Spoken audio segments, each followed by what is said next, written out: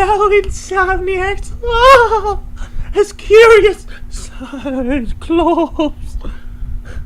And Steve. Spicing up the intros a little bit. And we're Never Sleep Again TV. My butt's getting a little itchy. Other than that, we're having a great time.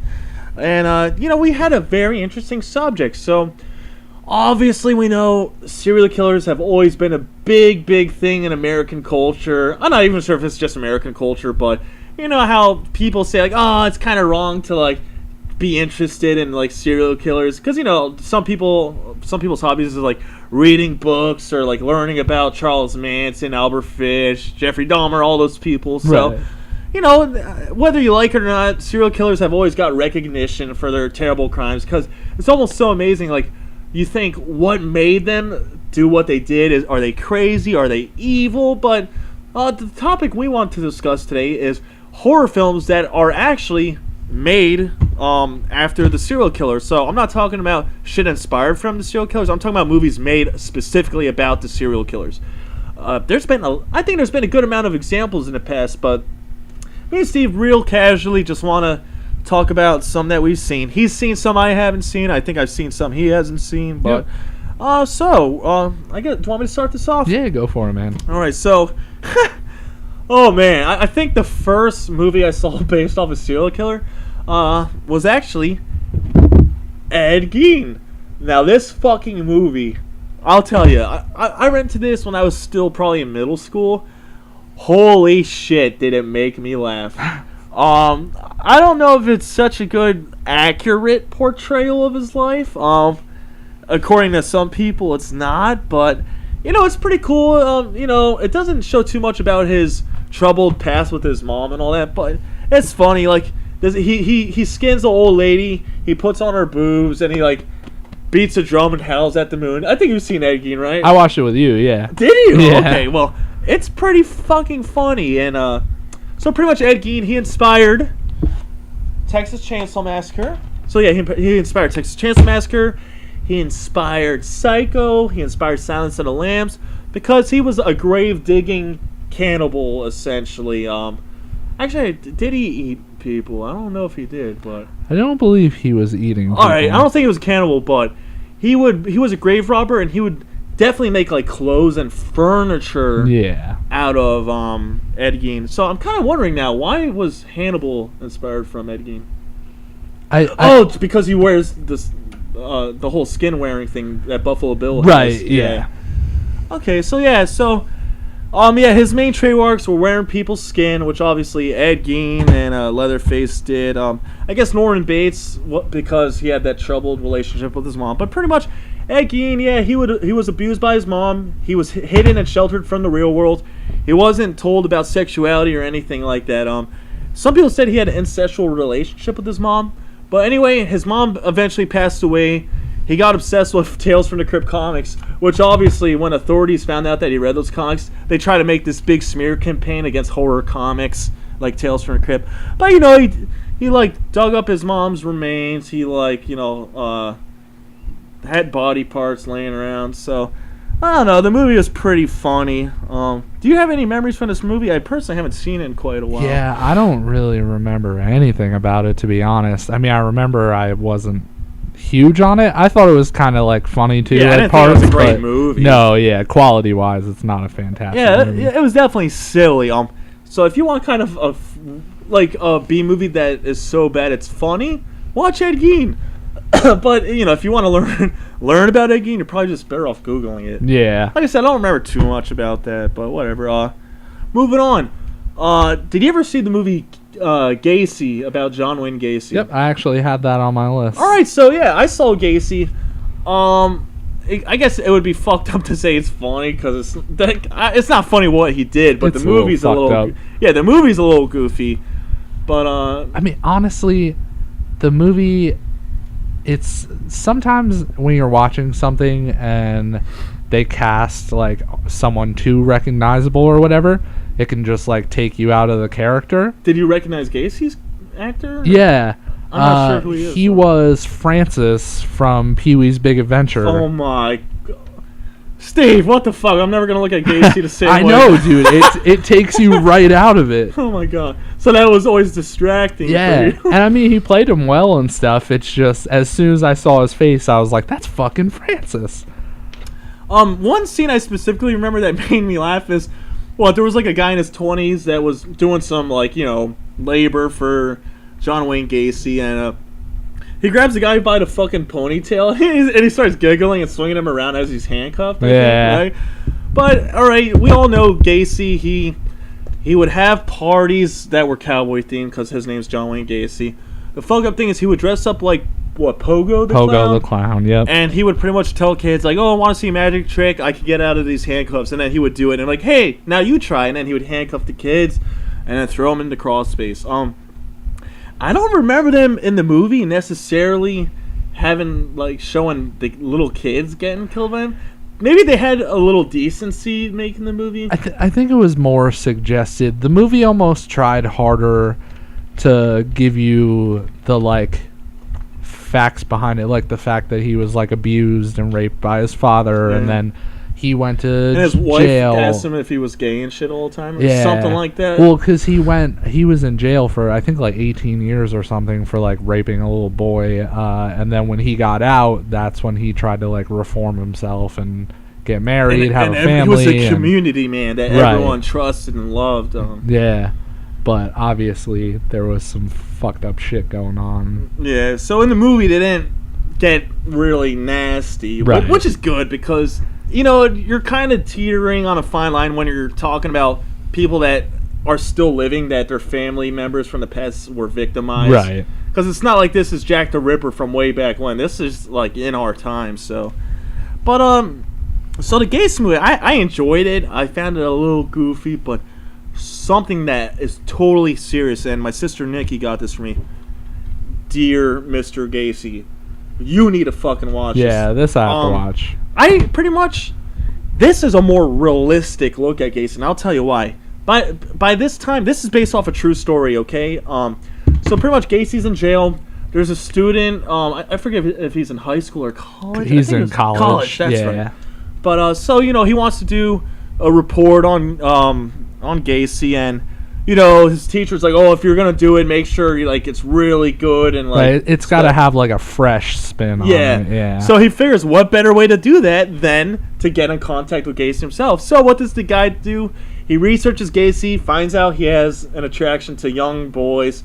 So this kid, be looking, young and youthful. I think he even lied about his age possibly to make him a little younger. But he took shirtless pictures, sent them to Gacy in jail, and then guess what? Gacy responds. He starts to get, like the boy. But here's the thing. Like I said, this is real life shit. Eventually, Gacy would, freak the boy out and say, "You think I don't have people out there in the real world watching your every move?" and shit like that.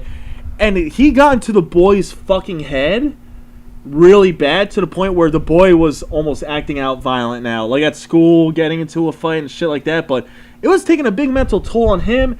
It fucked up his relationship with his girlfriend at the time because he was so obsessive with getting every bit of info out of Gacy. Right. It almost seemed like at one point he almost started to feel like a friendly affection for Gacy as a friend almost. Right. But pretty much the boy realized his mind was getting fucked up from dealing with the serial killer.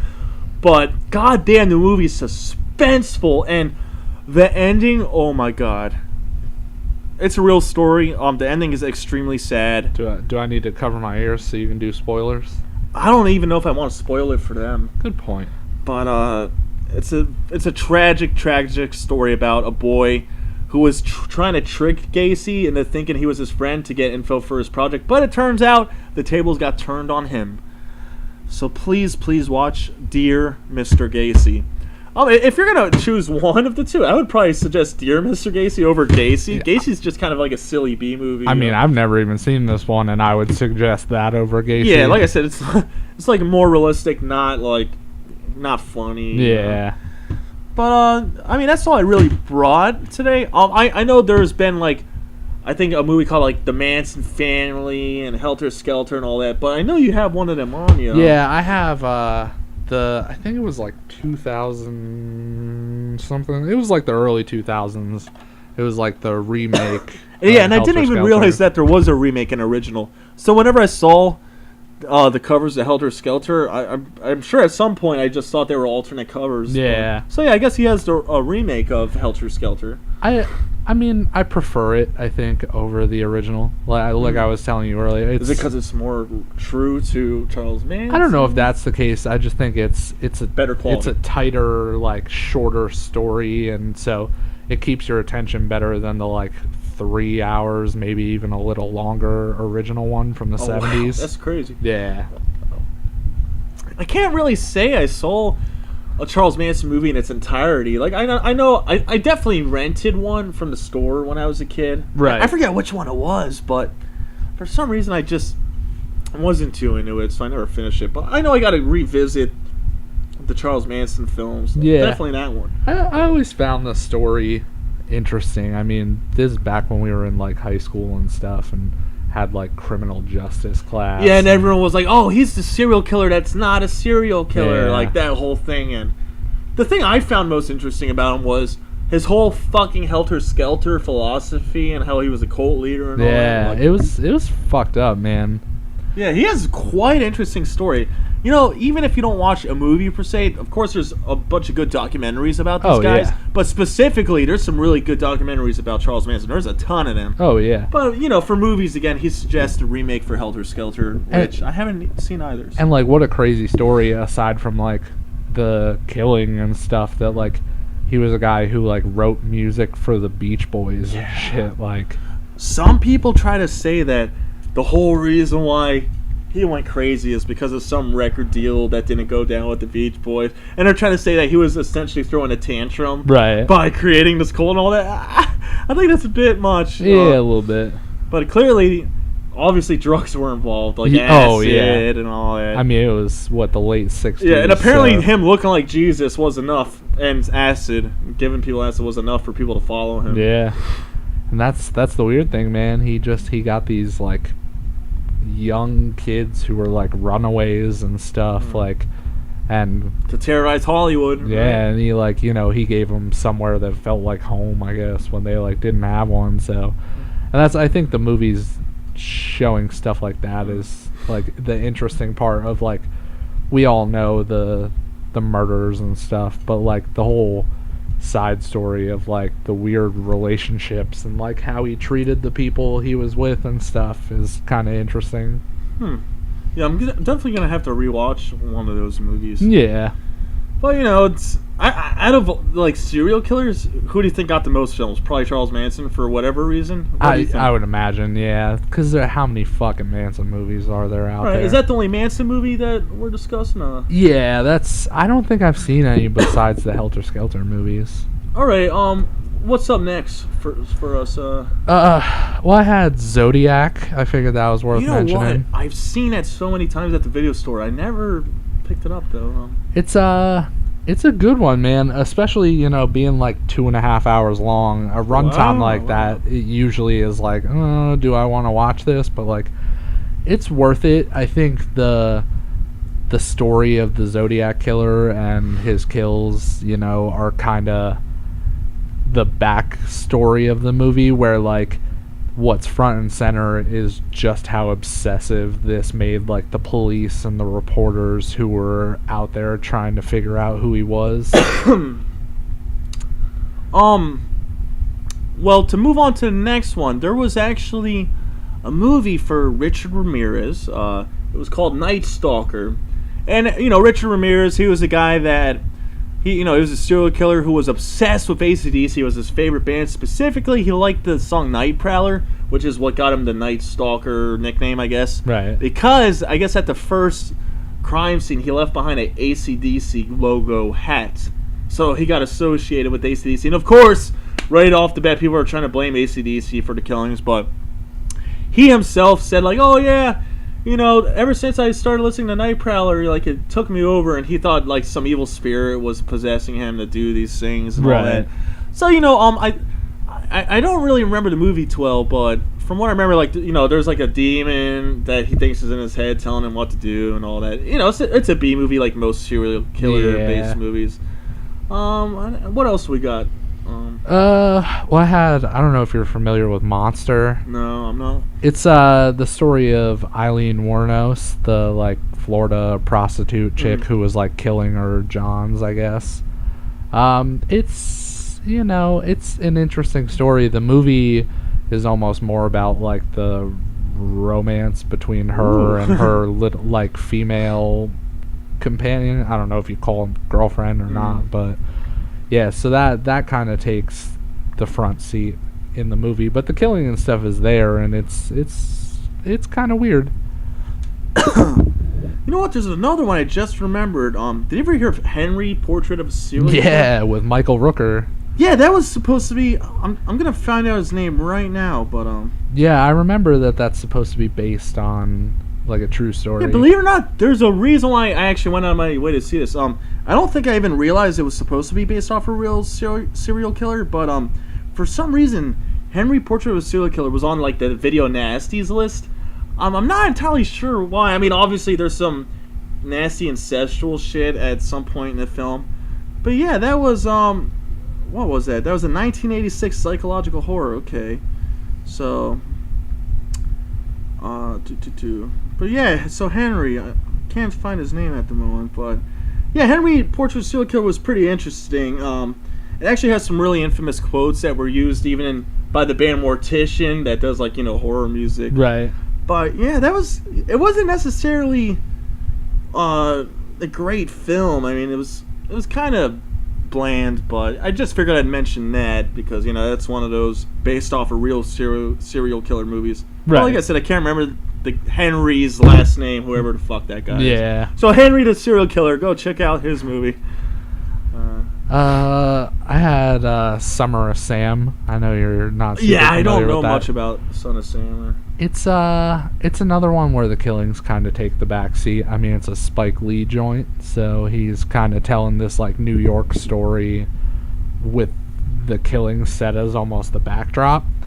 But like the main thing about the movie that's kind of interesting is it's this like Italian neighborhood, and it really shows how like the more that the Son of Sam is like killing people, the more these families and friends start to turn on each other and start like accusing each other. Oh, wow. And they actually like gang up and beat up on people to be like, you're the fucking Son of Sam, like. But obviously, are you familiar with the Son of Sam at all?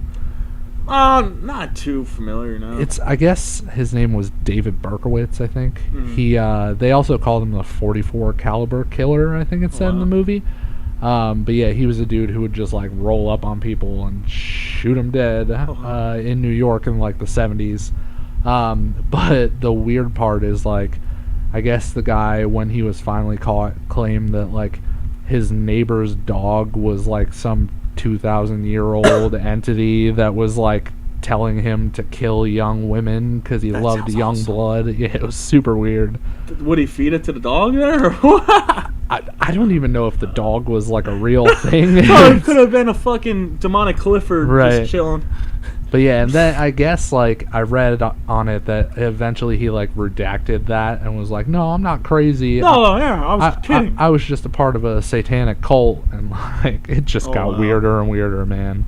So I guess no one found out the entire truth of what his motives were. No, and now he's one of those like reformed like born again Christian. That's another good topic. What major serial killers were rehabilitated? It doesn't seem like many, at least the major ones. Yeah. Any other ones you got? I can't think of like any other films based off of real serial killers. This is a little branching off, but I just found it interesting that in one of those episodes of American Horror Story, remember they have that dinner table with all the real life serial killers. What was it? That was in Hotel. Yeah. Right? Again, I don't know the serial killer's name, but there is a character in American Horror Story Hotel where this character is based off of America's like first major serial killer who had like his torture mansion where he would kill, his murder mansion or whatever they would call it. Right. But yeah, there was a point where his spirit is hanging out with all these other spirits of like Gacy and I think Jeffrey Dahmer and what was that lady's name again? Was it Sharon something or what the hell? That crazy lady, the psychologist. I don't know. Oh, I have That no psycho idea. lady. I can't remember her name. She was another famous serial killer. Yeah. I can't remember her name. But anyway, that was kind of funny how they had all these real life serial killers appear on this episode of American Horror Story. But yeah, for movies itself, can't think of any based off the real. They're never like great movies. Yeah.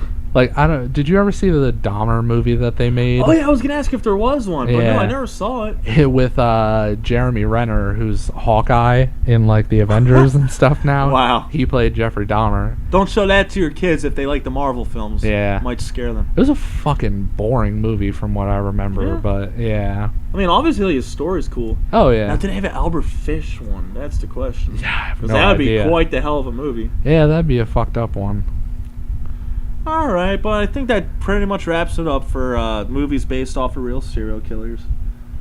Alright, so Kurious Cyclopes. And Steve. And thanks for watching Never Sleep Again TV. See you in the next episode.